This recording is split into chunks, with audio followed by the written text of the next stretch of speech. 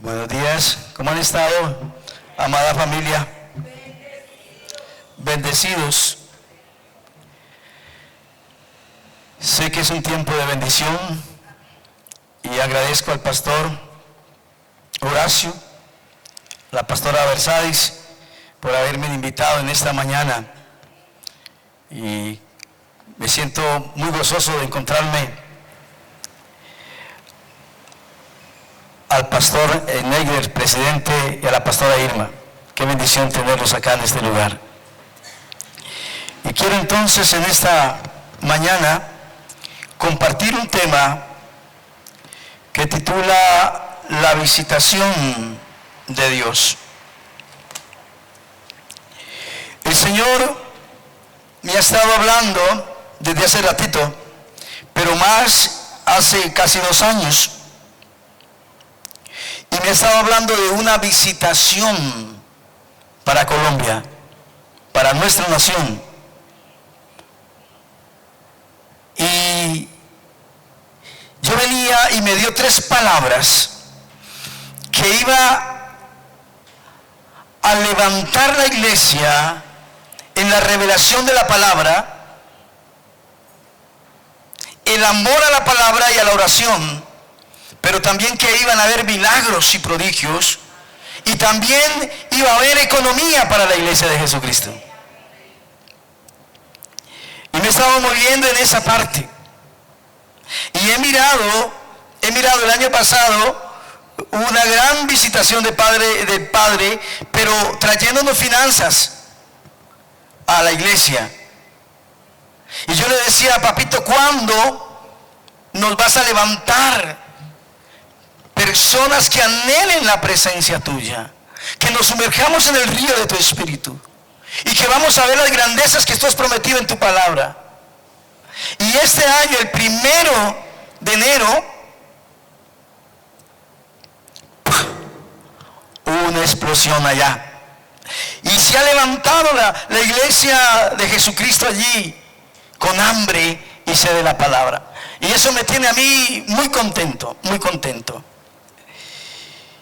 ¿Cuántos saben que el Señor está con nosotros? ¿Y cuántos se animan a creer esa visitación del Espíritu de Dios? Porque donde está el Espíritu de Dios suceden cosas maravillosas, hay milagros, hay sanidades. ¿Alguien necesita un milagro hoy también? Yo sé que Dios está aquí. Y el Señor me llevaba a pensar en Ageo, y dice la palabra: y despertó Jehová el espíritu de Zorobabel, hijo de Salatiel, gobernador de Judá, y el espíritu de Josué, hijo de Josadad, sumo sacerdote, y el espíritu de todo el resto del pueblo, y vinieron y trabajaron en la casa de Jehová de los ejércitos, su Dios. Ageo 14, capítulo 1, 14. Pero él me llevaba y me presentaba un pueblo que se había detenido a esa visitación. Desde el libro de Esdras, usó un rey, pero me llevaba también cuando Jesucristo estuvo andando por Belén, Jerusalén, Judea, Samaria, y aún los gobernantes de ese entorno, viéndolo hacer milagros por las calles, no le consideraron como rey. No les importó nada. Aún los gobernantes, aún los sacerdotes, aún los líderes, nada. Y yo le estoy orando al Señor para que ningún colombiano deje pasar esa visitación del Señor. Y voy a un texto en Génesis 28, 16. Dice lo siguiente: y despertó Jacob de su sueño y dijo: Jehová está en este lugar, y yo no lo sabía. Jehová está en este lugar y yo no lo sabía, dijo Jacob. ¿Y cuántos de nosotros puede de pronto no darse cuenta que el Espíritu del Señor está contigo, dentro de ti, y no se sabe que está? Porque cuando está el Espíritu de Dios me lleva a dimensiones sobrenaturales. Y esta visitación de Dios está presente y a la vez urgente para nuestro tiempo. Necesitamos urgentemente creer y ahondar, profundizar en esa necesidad. Porque es importante que el Espíritu de Dios se mueva en cada creyente. No es solamente en el pastor, es en cada creyente. Y por eso de tanta importancia, porque soy yo, es usted el encargado de que el Espíritu Santo se mueva en ti. Y que la gente vea la gloria de Dios en ti. Que nosotros somos los manifestadores de la gloria de Cristo en la tierra. Jesucristo vino a manifestar al Creador, al Padre. Pero Él nos dio la autoridad de manifestarlo a Él. Somos nosotros. Tiene que suceder alguna cosa. Yo estoy en la expectativa de ver cómo el Espíritu de Dios y el Rey de Reyes se mueve en este lugar. Yo no sé su necesidad, pero Él la sabe. Por lo tanto, yo creo y yo estoy seguro que Él se puede mover en su vida. Porque el Padre que nosotros predicamos es vivo. Y es trascendental entonces en estos días verlo a Él obrar. Nosotros como hijos del Altísimo, en la iglesia, en la sociedad, ¿cuántos creen en esa visitación de Dios? Y esa visitación se entiende como la manifestación del Dios Todopoderoso, sobrenatural de Jesucristo en cada vida, en cada persona. Yo estoy seguro que Él está en medio de la iglesia. Que no nos vaya a pasar que no entendamos y lo dejemos pasar por alto. Cuando la presencia de Dios está en un lugar, cuando Él visita ese lugar, Él visita a esa persona, las cosas no quedan iguales, las cosas cambian. Produce cambios extraordinarios en las diferentes áreas de su vida. ¿Cómo está tu corazón hoy?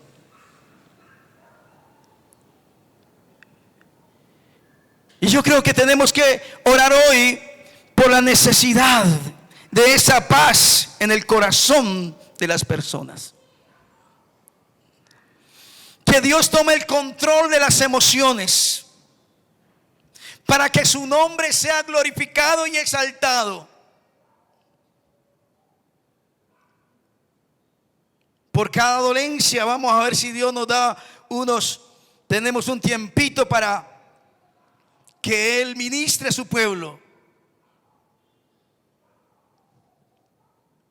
Cuando no estamos atentos, a veces no se reconoce esa visitación.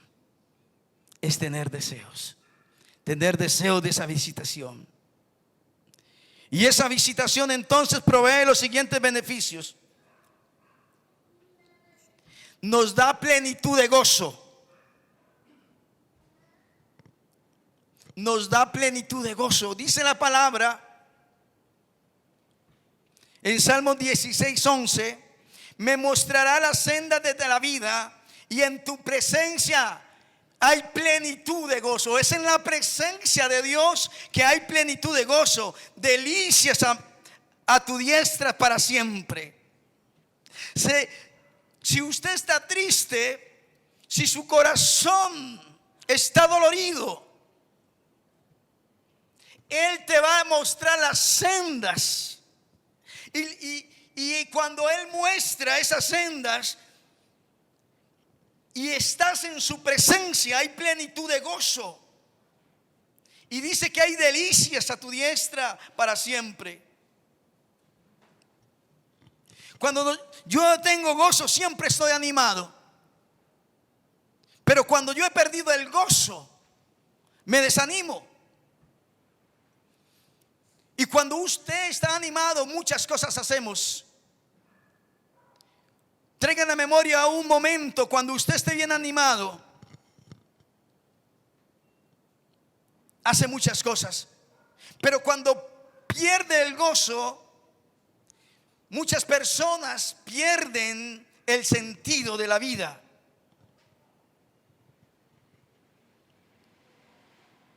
Cuando se pierde el gozo, se puede perder el sentido del ministerio, el sentido de la paternidad. Pero cuando tenemos el gozo de la presencia de Dios, hay fuerzas, hay poder, hay un empoderamiento que nos hace caminar más fuertes, más rápido, y podemos ver las victorias del Señor. Hoy entonces los invito a que recibamos de ese gozo del Señor y de ese empoderamiento y de esa visitación para seguir adelante en esa conquista maravillosa. Un segundo puntito es: nos quita la esterilidad y nos convierte en personas fértiles. Cuando hay una visitación, la esterilidad se debe de ir o se tiene que ir. Cada uno puede evaluar en qué ha sido estéril. Cada uno puede evaluar cómo has vivido la vida en Cristo. Y vemos un ejemplo, dos ejemplos. El ejemplo de Sara y de Ana. Dice que Dios sanó sus vientres y les proveyó descendencia. Génesis 18:10.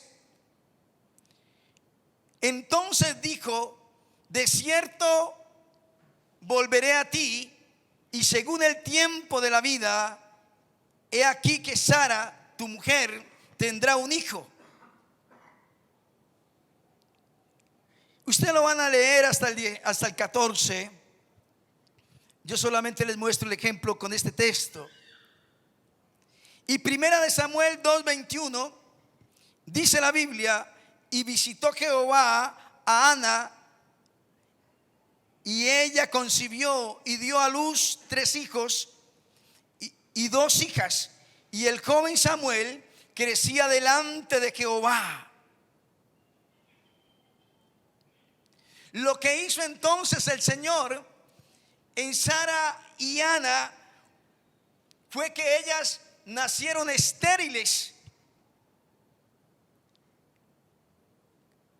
¿Cuántas personas han querido tener un hijo y no lo han logrado? Y ellas nacieron estériles, o con ese vientre estériles, quedaron incapacitadas para dar descendencia. Iban a vivir amargadas. La gente las iba a ver mal, porque una mujer estéril en ese entorno era una mujer como apartada realmente del mundo, y no tenía poder tener esa gloria de ver un hijo en sus brazos. Y el Señor viene y sana esos vientres y les permite descendencia. Ese es el Señor que nosotros tenemos, que puede venir y sanar nuestros vientres para poder que haya ensanchamiento como familia. Pero Dios quiere sanar esos vientres estériles, que haya descendencia en el pueblo del Señor. Aquellos hombres y mujeres que han sido pasivos para llevar la palabra del Señor, Dios quiere sanar esos vientres que han sido indiferentes con la obra del Señor. Y por qué no decirlo, que de pronto se ha sido improductivo.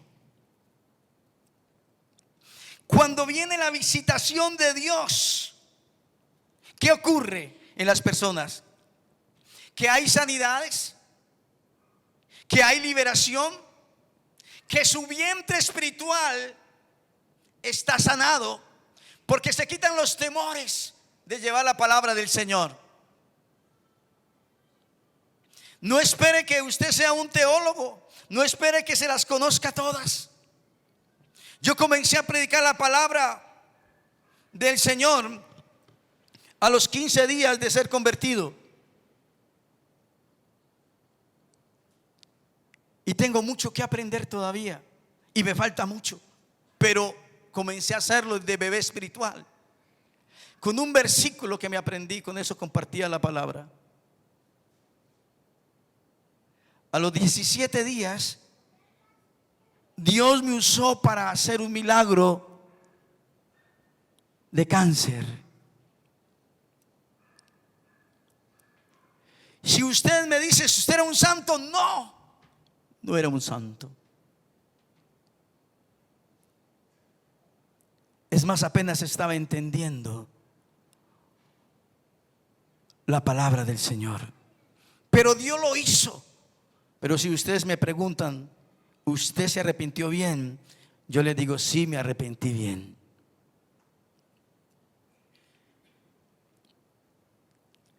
Nosotros somos llamados, entonces Dios trae sanidad para que haya multiplicación. Anoche predicaba, no a la muerte, sí a la vida. Y somos dadores de vida. Eso es lo que Dios nos ha llevado a hacer, a dar vida. Y yo hacía una pregunta anoche y le dije, no me responda, pero ¿cuántos han dado vida en este año? ¿Cuántos han llevado la vida del Señor a otras personas? Y todos se me quedaron. O sea que los que habían anoche, pocos predicaban la palabra del Señor a otros. Pocos ganan almas para el Señor. Es porque hay un problema entonces, y Dios tiene que romper y traer sanidad en la visitación de Dios. Una visitación sobrenatural del Señor para que vayamos a otros y prediquemos la palabra del Altísimo. Haga esa misma pregunta hoy. En este año, ¿a cuántos has ganado para Cristo?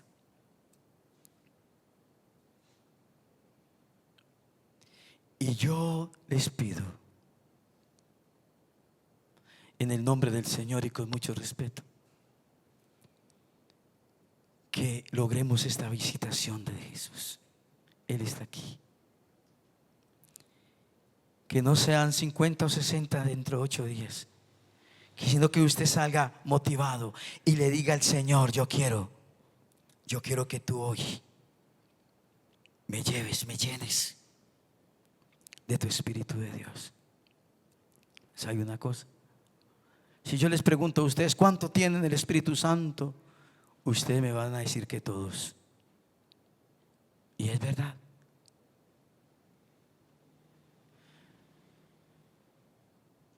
Pero si les hago esta otra pregunta, ¿cuántos de ustedes dejan manifestar el Espíritu Santo en tu vida para ir a alcanzar a otros? Yo no sé, que me contesten. Y el Espíritu de Dios se manifiesta. Y yo siempre he predicado, pues aquí están mis pastores. Si estoy errado, me escriben. Que el Señor no va a hacer nada en la tierra sin su iglesia. Aunque Él lo pudiera hacer. Pero nos ha dejado a nosotros con el compromiso, con la responsabilidad de ir y llevar la palabra del Señor.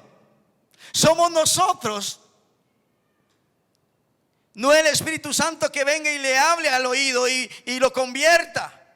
Él allana al espíritu tuyo. Él sí lo allana. Él está ahí. Lo redarguye, pero necesita una voz humana, cristiana, evangélica, que vaya y le diga: Dios te bendice. Dios dice así en su palabra. Que vea el mover. Ellos necesitan ver algo. El ser humano necesita ver algo. El mover del Espíritu Santo en tu vida. Tercer puntito. nos da restauración. Dice la palabra que Job fue visitado por Dios después de haber perdido todo. Y el Eterno lo restauró en todo. Job 42, lo van a leer del 10 al 17.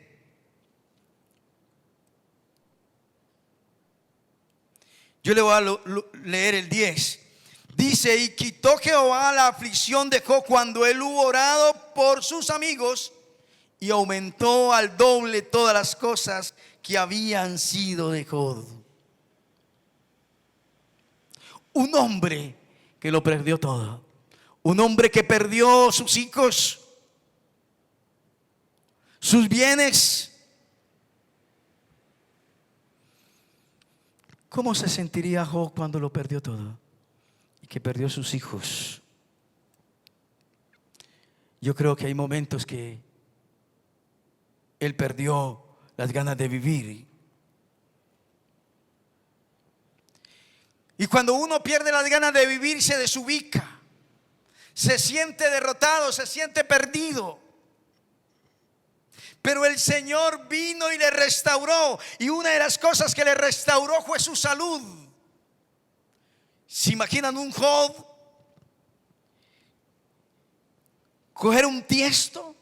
Imagino que de teja, y se rascaba, vertía sangre, llagado. Imagínese una prueba de estas. Y Dios le restauró su salud, le restauró sus hijos que había perdido, y le vuelve a dar un hogar. Y sus finanzas, dice que le volvió el doble. Y él termina diciendo en el capítulo 42:5: de oídas te había oído, mas ahora mis ojos te ven. Y yo me pongo a pensar, cuando paso los procesos, y dice: Señor, este proceso que tú me estás permitiendo pasar es para ahora ver lo que tú tienes para mí, para mi familia, mi generación, para mi vida. Porque de pronto uno a veces de oídas se había oído. ¿Y cuántas veces? Mire, Dios ha dejado leyes para que nosotros la cumplamos, estatutos para que nosotros los cumplamos. Pero cuántas veces nosotros ignoramos esas leyes como cristianos. Y después de una ley y un estatuto viene una corrección o viene un castigo. No estoy hablando que una enfermedad es un castigo. Estoy hablando que cuando nosotros queremos vivir la vida de cualquier manera o hacer lo que a mí me plazca hacer, puedo negar las leyes de las Escrituras y tener una afrenta delante del Señor, tener un problema con el Señor. Una cosa es leer las Escrituras y obedecerlas, y otra cosa es leer las Escrituras y yo razonar y hacer conforme mi voluntad.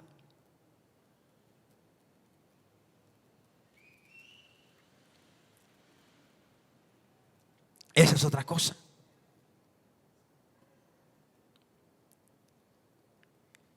Salta una pregunta: ¿cómo estamos viviendo las Escrituras? Y eso tiene que ver con visitación. Si Dios me dice a mí algo, yo tengo que hacerlo. Yo había perdido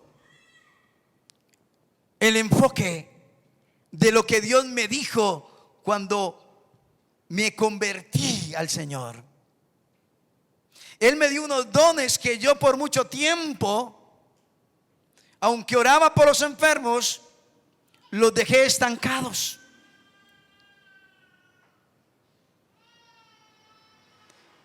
Y decidí volver a retomarlos con fuerza. Y he podido mirar,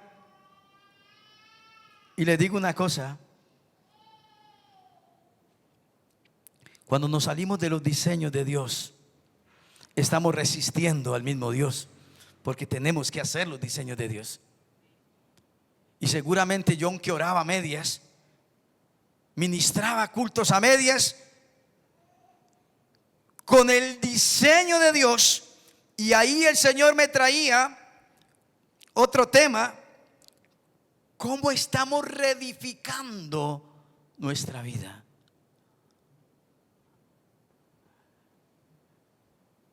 Y eso sí me llenó tremendo. ¿Cómo estamos? ¿Con oro, con plata, con piedras preciosas, o con madera, heno y hojarasca? Hay otro tema sobre eso que Dios me regaló. Y vi que en el transcurrir del ministerio quería edificar con oro y piedras preciosas, pero a través de la situación, en el correr del afán del hombre, hacerle como ayudarle a Dios, le metíamos una columna o una viga de madera. Y eso lo digo, pastores, con el ministerio, que a veces por los afanes con el ministerio de que nos ayuden y todo eso, lo está haciendo con amor. Y cuando menos pienso, miro, hermano, viene la prueba y la viga de madera se va al piso y dañó tanto sacrificio. Determiné hacer lo que Dios me manda hacer. Después de eso, y en un grupo que tengo no tengo músicos.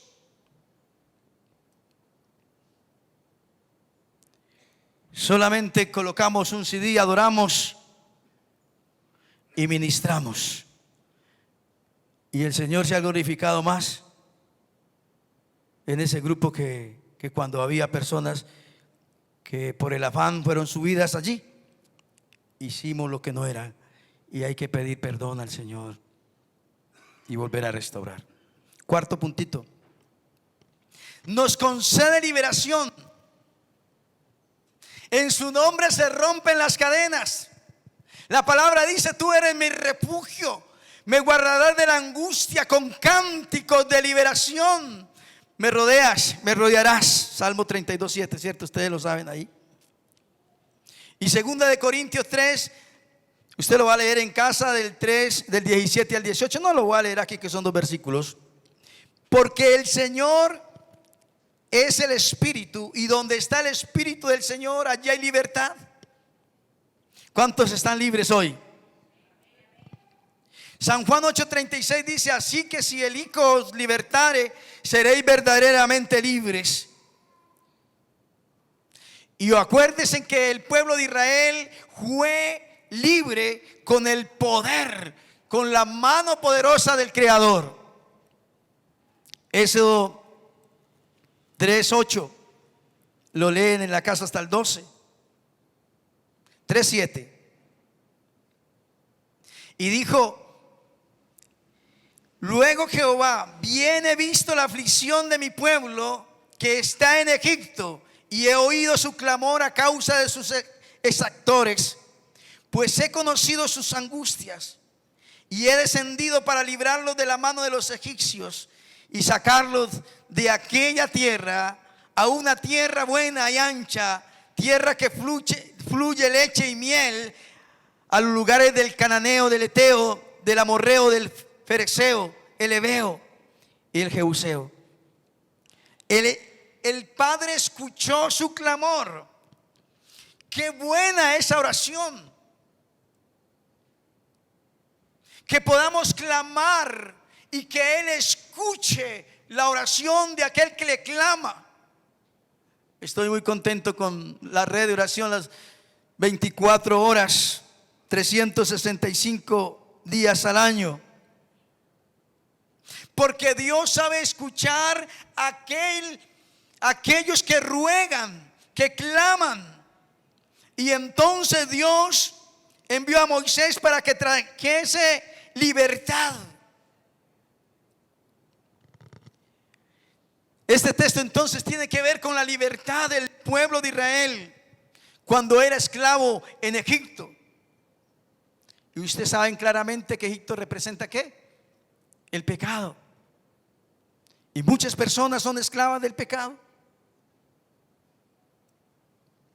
Pero allí entonces podemos hablar del rompimiento de las cadenas. ¿Qué cadena tienes que romper hoy?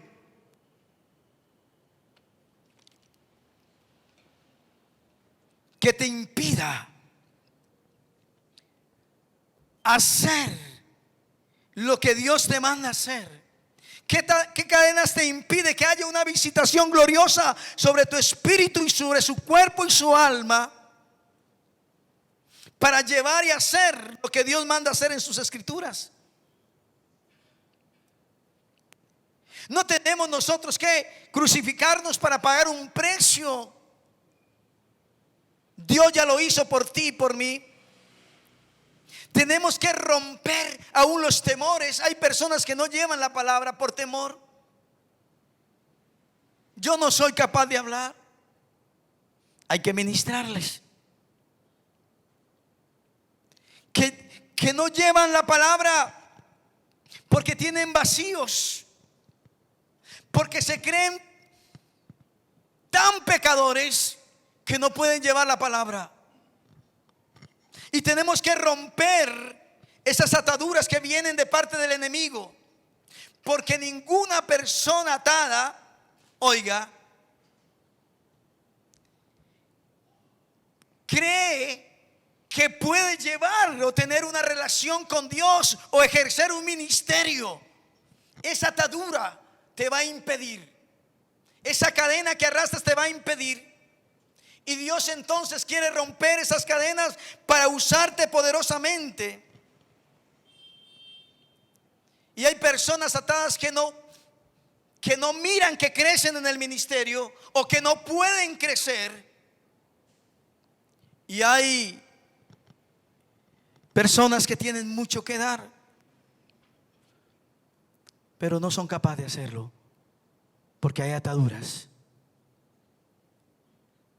mentales, espirituales, de baja estima, ¿qué diré yo? Emocionales, que pudiendo ser bendición para otros, no lo pueden hacer. Y el Señor quiere romper esas cadenas. Y sabe que aquí hay personas muy valiosas para Dios. Nosotros tenemos que creernos que somos hijos del Altísimo, que Él es nuestro Padre. Él nos creó a nosotros y no a nosotros mismos.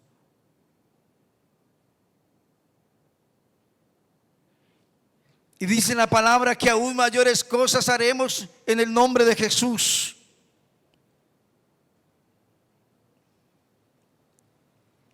¿Qué estamos haciendo en el nombre del Señor? Sería la otra pregunta. Yo digo, y eso me ha llevado a levantar un equipo de oración. Y lo he titulado, sentí titularlo de esa manera, un equipo de oración de alto nivel, donde les doy comida sólida, no les doy tetero. Comida sólida. Los confronto con la palabra y los confronto a orar también. Es de la única manera que aprendemos a orar, es orando. Y entonces, y a través de la palabra. Y han entrado personas allá no, todo mundo puede ir. La palabra los va a liberar. Personas con baja estima, personas que no podían orar, personas que se sentían lo peor. Y yo pensé al principio, dice, les doy esta palabra a estas personas, pueden que no resistan. Ese fue mi mi pensar, pero es creíble y poderoso que se les da esa palabra y ellos comienzan a despertar, ellos comienzan a crecer, porque es un equipo que vamos a salir donde Dios nos mande a orar por esta región, por este departamento. Y ya saqué unos poquiticos, los saqué a la línea, a bendecir a Armenia, Calarcá, el eje cafetero. Pero hay que formarlos. El quinto punto: nos vuelve a la vida, sana y aún puede resucitar a los muertos. Jesús visitó a su amigo Lázaro en la tumba y lo resucitó. Juan 11, 17 y 44. Este hombre, a la gente le parecía que el Señor no le puso cuidado, que fue importuno con él, que lo abandonó. Pero él viene y lo resucita, porque él quería que su Padre Celestial fuera glorificado. Y él va y llora en la tumba de él. San Juan, el versículo que tiene menos lectura, ¿cierto? Jesús lloró. Para la gente creía que no tenía ninguna validez para Jesús, pero para Jesús cualquier persona es muy valiosa. Ustedes saben que Jesús les interesa aún los habitantes de la calle. Yo tengo testimonio y quiero decirlo rapidito. Estábamos en un servicio y entró una mujer habitante de la calle y se paró allá en lo último. Y cuando yo terminé, ella se vino y me dijo: pastor, ore por mí. Y estaba hinchada así, este lado, hinchada. Y me dijo: le dije, ¿por qué quiere que ores? Tengo un dolor de muela muy intenso. Y me dijo: vea. Y no tenía sino una raíz. Y eso para mí fue impactante. Y oré por esa mujer de la calle, que no se debía ni decirle así, hombre. Y oré por ella. Yo creo que yo oré por ahí unos 2-3 minutos. Y ella arrancó hacia allá y se paró. Y se volteó y me miró. Y hacía. Y se volvió. Y me dijo: pastor, el Señor me sanó. Y me mostró y le había construido la muela. Ese es el Dios que nosotros tenemos. Entonces para Dios es muy importante la humanidad. Y le dice: Lázaro, ven fuera. Y el que había muerto resucitó. Y es la esperanza para aquellos que están perdidos. Hay personas que no tienen esperanza. Hay personas que se sienten desechados, ya se sienten como muertos. Pero yo te digo, la Biblia dice más bien que aquel que cree, aunque esté muerto, ¿qué? Vivirá para gloria del Eterno. Ese equipo nos ha llevado en oración a orar por un hombre. Se convirtió en un brujo. Ahí lo tengo en el equipo, escuchando la palabra. Y lee más la Biblia que cualquier cristiano que ya lleva varios años de convertido, y ora ya más bien que nosotros. Se ve el cambio. Sexto, nos quebranta y nos lleva al arrepentimiento para vivir una vida en una nueva dimensión. Hechos capítulo 3, 19 al 21. Así que arrepentíos y convertidos para que sean borrados vuestros pecados, para que vengan tiempos, ¿cierto? Para que vengan de la presencia del Señor tiempos de refrigerio. Señor, ¿qué quiere que yo me alinee a ti para que vengan tiempos de refrigerio sobre mi vida? Y el 20 dice: y Él viene a Jesucristo, que os fue antes anunciado, a quien de cierto es necesario que el cielo reciba hasta los tiempos de la resurrección de todas las cosas, de que habló Dios por boca de sus santos profetas, que han sido desde tiempos antiguos, para que vengan de la presencia del Señor tiempos de refrigerio, para que venga un mover espiritual en medio de su pueblo. Yo creo que son tiempos de refrigerio, son tiempos de una visitación del Espíritu Santo, donde Él quiere romper toda religiosidad, todo costumbrismo. ¿Sabe que uno se acostumbra a orar poco muchas veces y a leer las escrituras muy poco? Y se siente satisfecho de esa manera. Y se va uno alejando, sin querer se va alejando del Señor. Y va perdiendo la pasión